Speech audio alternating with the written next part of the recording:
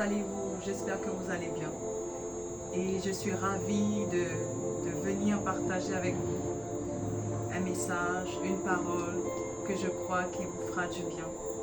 Pour cette rentrée, pour ce mois de septembre, le titre de cet encouragement, cette exhortation, une seconde saison. Et je crois qu'il y a une seconde saison pour toi. Je crois qu'il y a des belles choses qui arrivent, quelque chose d'extraordinaire. Tu dois juste y croire. Et je crois que tu es dans ta saison. Tu es dans ta seconde saison. C'est à toi de t'en saisir de cette parole. Si tu crois, tu verras la gloire de Dieu.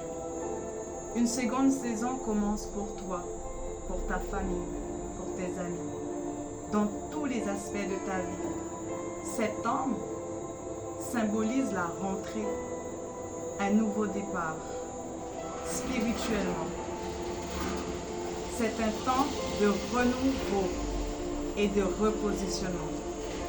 Dieu nous appelle à persévérer, aller plus loin, approfondir notre marche avec lui. Oui, mon ami, nous sommes dans une saison clé. Tu es dans une saison clé. C'est ta saison. Tu dois t'en saisir de cette saison. Un moment où Dieu nous appelle à marcher pleinement dans ses plans glorieux. Jésus-Christ, le prince de la paix, est venu non seulement pour nous sauver, mais pour nous conduire dans une vie remplie de sa paix. Le crois-tu? Et de sa puissance. Je t'invite aussi à rentrer dans tes promesses. Il y a une promesse pour ta vie.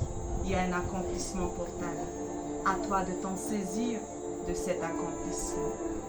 Pour introduire ce que je viens de te dire, Ésaïe 9, chapitre 5, dira la chose suivante. Car un enfant nous est né, un fils nous est donné, et la domination reposera sur son épaule. Et l'on l'appellera admirable, conseiller, Dieu puissant, Père éternel, prince de la paix. Mon ami, il a toutes les qualificatifs. On l'appellera admirable, conseiller, Dieu puissant, Père éternel, prince de la paix. Il est celui qui a tous les qualificatifs. On le qualifie d'admirable. Il est admirable. Il est le conseiller dont tu as besoin lorsque tu as des requêtes, lorsque tu as besoin de comprendre quelque chose. Il est là pour te conseiller. Lorsque tu as besoin d'enseignement, il vient t'enseigner, te conseiller. Il est le Dieu puissant, il a le pouvoir. Il est le Père éternel. Ça veut dire qu'il ne change pas. Il est là pour toi. Il est celui qui vient t'apporter une paix. Et j'aimerais t'encourager à y croire, à entrer dedans. Et pour cela, je vais te partager 4 points afin de rentrer dans ta saison. Car je crois de tout mon cœur que le mois de septembre, c'est une seconde saison pour toi. Peut-être tu as passé les mois précédents. Tu n'as pas eu ce que tu attendais. Tu n'as pas reçu tes miracles. Mais je crois que maintenant, il est temps pour toi de te saisir de ton miracle. Le premier point, reconnaître le don de Dieu. Oui, tu dois reconnaître le don de Dieu. Jésus, notre Sauveur, dans Ésaïe 9, chapitre 5, nous rappelle que Jésus nous a été donné comme un cadeau. Oui, c'est un cadeau divin. Il est le conseiller admirable, le Dieu puissant, le prince de la paix. Mais avons-nous pleinement accueilli ce don dans nos vies? L'as-tu reçu? As-tu reçu ce cadeau? Deuxièmement, laissons-nous Jésus porter nos fardeaux? vas-tu laisser porter tes fardeaux?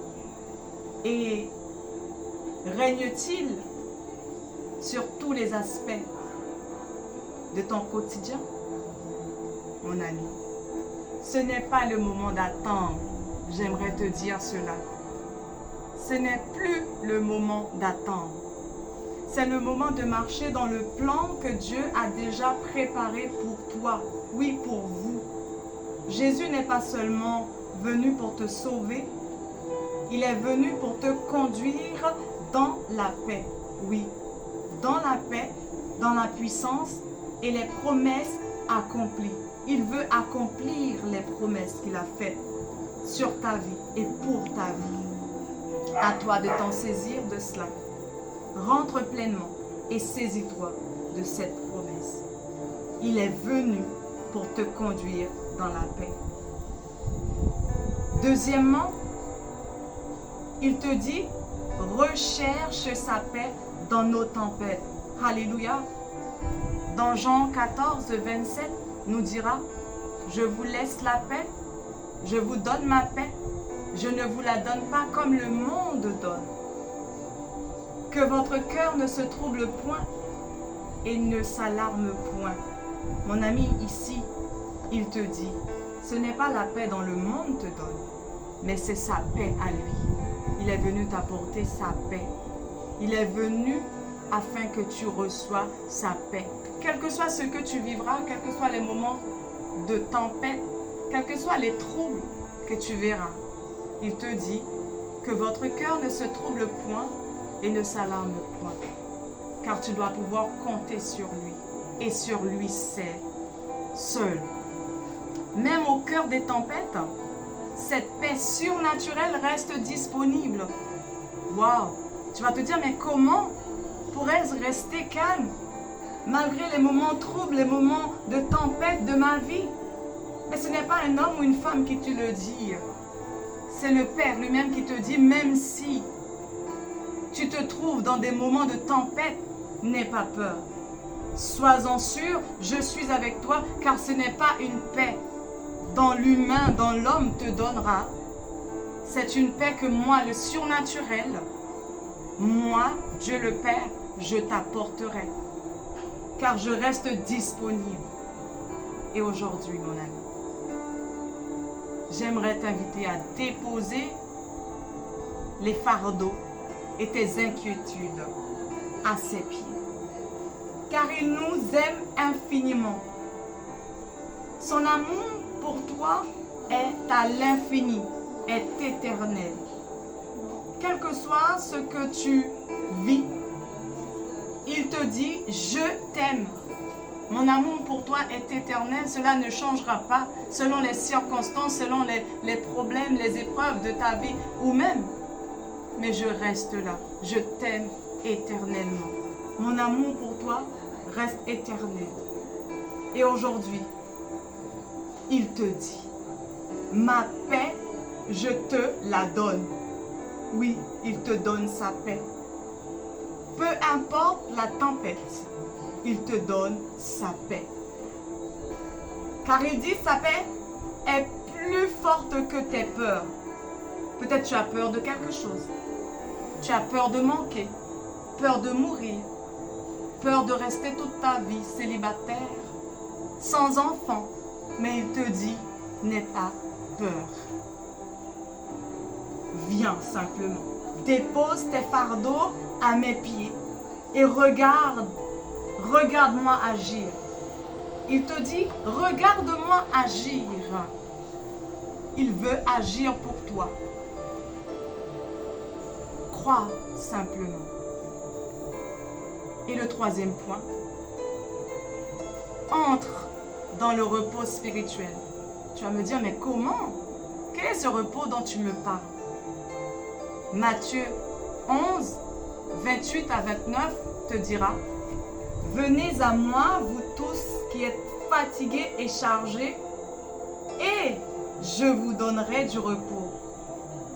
Il te dira ensuite, prenez mon joug sur vous et recevez mes instructions, car je suis doux et humble de cœur, et vous trouverez le repos pour vos âmes. Alléluia. Tu trouveras le repos pour ton âme. Mon ami, ici, ce repos dont il te parle ne se trouve pas dans les plaisirs de ce monde, les plaisirs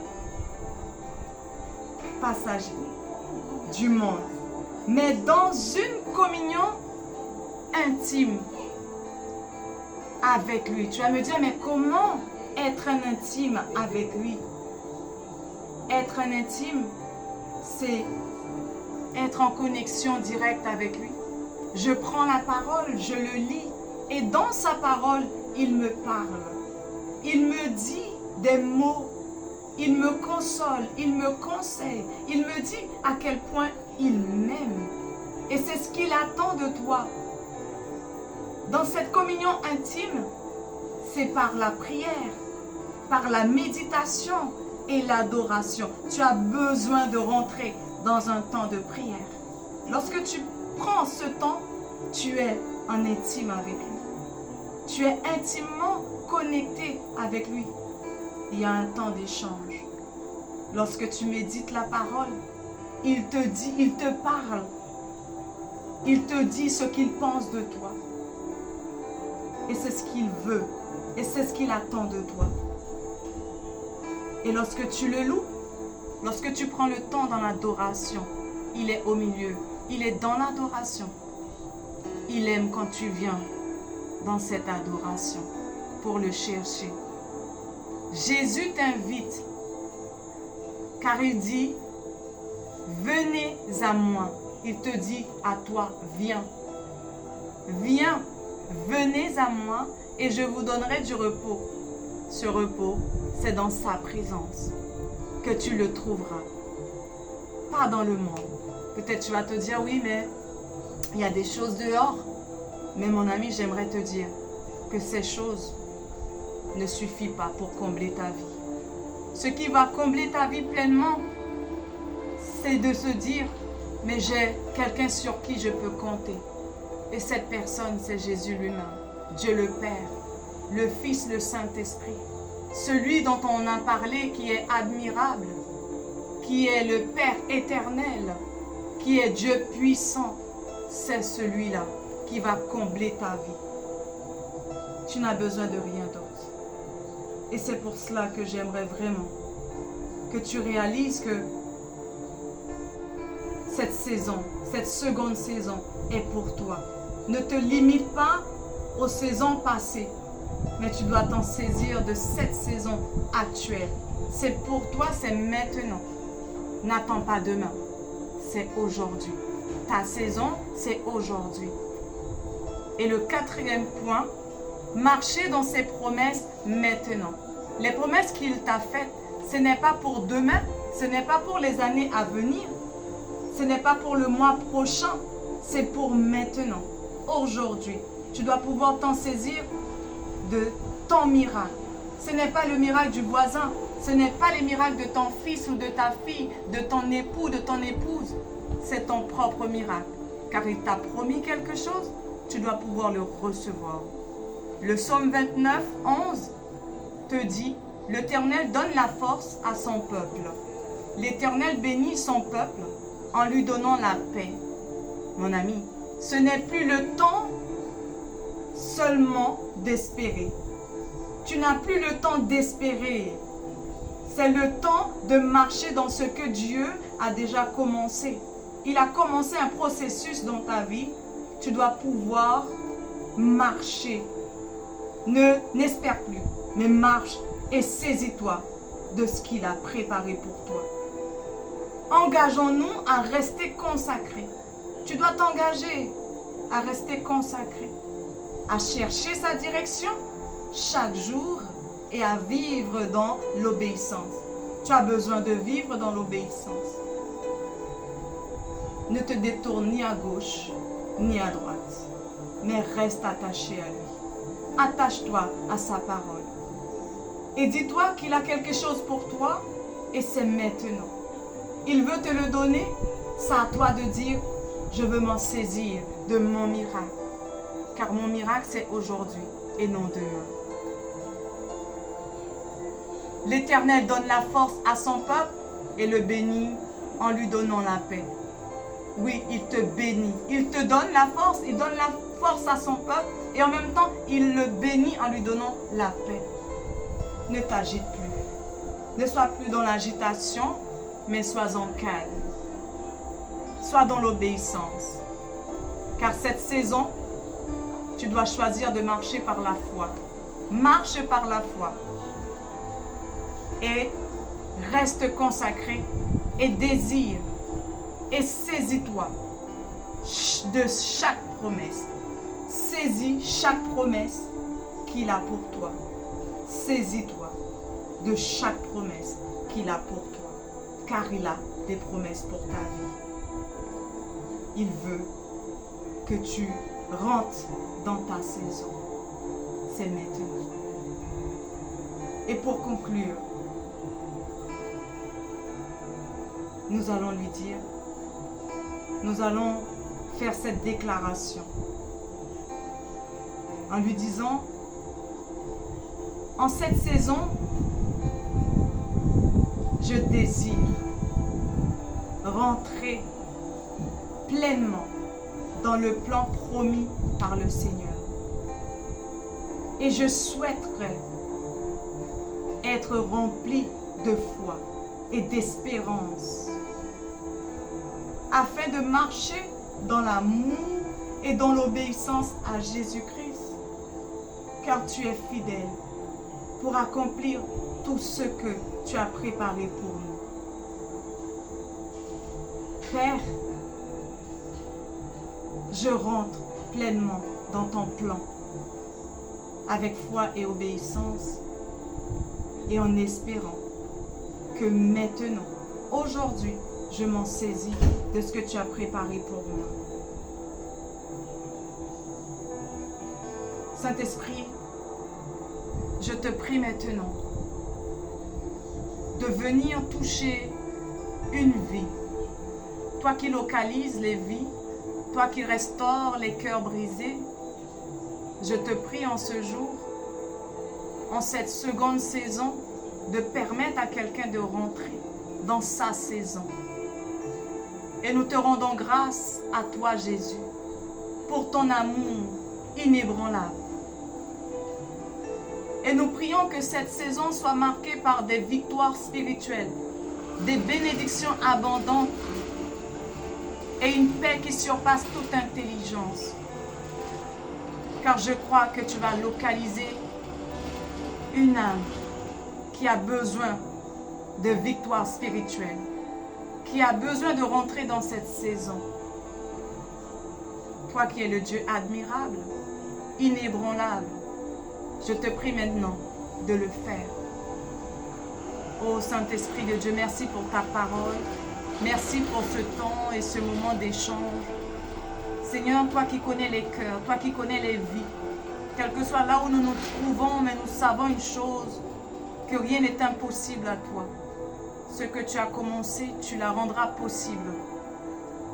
Oh, toi qui es le Dieu fidèle, toi qui demeures inchangé en tout temps, toi qui es l'alpha, l'oméga, toi qui es le premier et le dernier, je prie qu'en ce moment, en cet instant, que cette prière localise une personne et le libère de tout ce qui l'empêchait de recevoir son miracle, de l'empêcher de recevoir sa saison, de rentrer pleinement dans sa saison glorieuse. Car tu as prévu une saison pour sa vie, une saison qui déborde de miracles, qui déborde de fruits,